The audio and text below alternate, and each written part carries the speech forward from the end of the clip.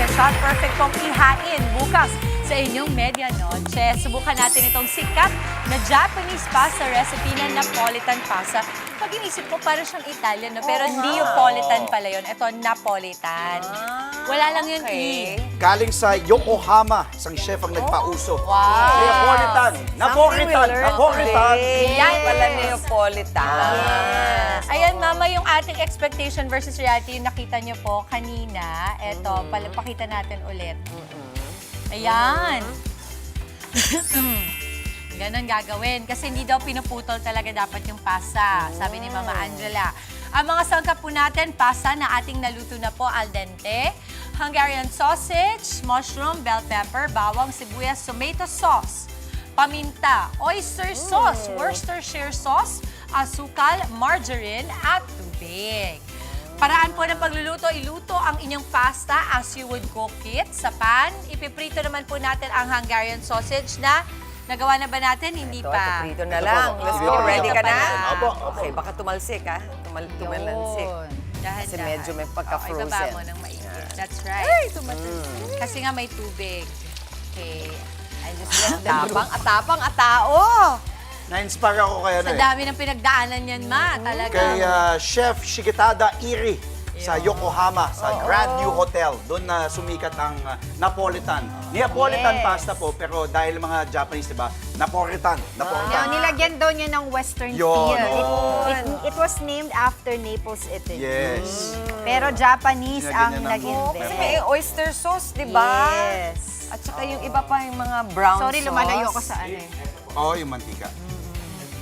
Pero Eto, ganun na rin naman ang nangyayari sa atin yung mga fusion cuisine dito. Yung mga Pinoy na naghahalo na rin ng ibang influence. Yes, Mga masarap Mama. yung mga lasang hindi mo Influence. na-expect. Kakaiba. Narito na po ang ating Napolitan pasta. Oh, ganap na ganap naman. Lalaban. Lalaban. dami pa ako. 100, oh mama, 180 pesos lang yan, ma. Good for 5 servings na po yan. Ito na. Diba? Ito na. Sa ating po mga kapatid na nais magluto, mama, pwede po mag-flex ng kanilang mga recipe kagaya ni Ting kahapon, Yes, yes. diba? Ting. Linex niya yung kanyang recipe natutunan online mula kay Lokong Kusinero. Pwede natin gawin yun dito. I-send nyo lamang po sa ating official Facebook page sa Good Morning Kapatid. Ayan na, At si Mama go, Chick, go, ito na go. nga.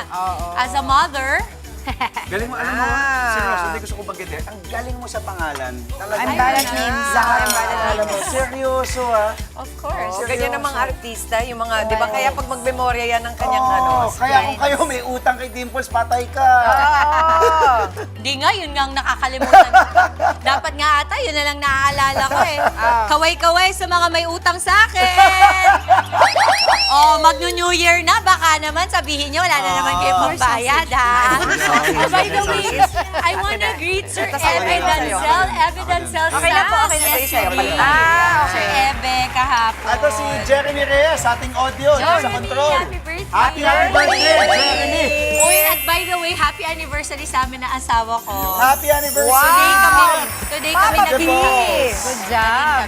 Yes. Araw-araw namin sinasabi kay Dimples kung gaano siyang kaswerte. Talaga Papa ka, D, good totoo. morning. Yes.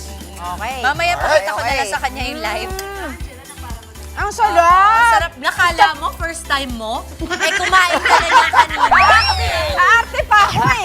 Binuko mo na ako kaagad. Ano ba ba? Ang sarap. Tumakbo pa dito, bumulong pa. More sausage, please.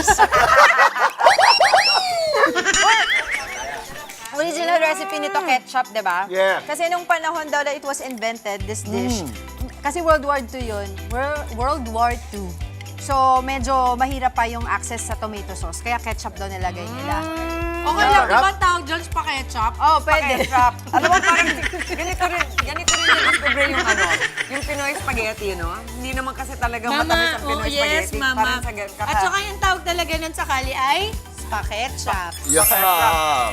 Kasi spaghetti na ketchup ang gamit.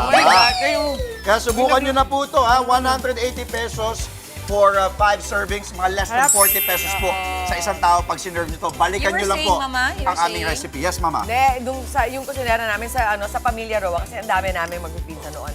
So, pagka nauubusan sila ng pag nauubusan siya ng tomato sauce, ano ginagamit niya? Patis! Ay, harap. Oo! Hindi naman namin alam mga bata. Basta sarap na sarap kami sa Yari ka spaghetti din niya. sa kidney mo doon. Patis pala. Pwede. Alam ko kung alam ng sikreto ng mga nanay yan, o mga lola, pero pwede pala yun pagka nauubusan ng Hindi, mama, yung tomato patis sauce, kasi pampalasa talaga. Oo. Mga kapatid, Dimples Romana po, maging maalam at may pakialam sa mga napapanahong issue at headlines. Mag-follow na po at subscribe na sa social media pages ng News 5.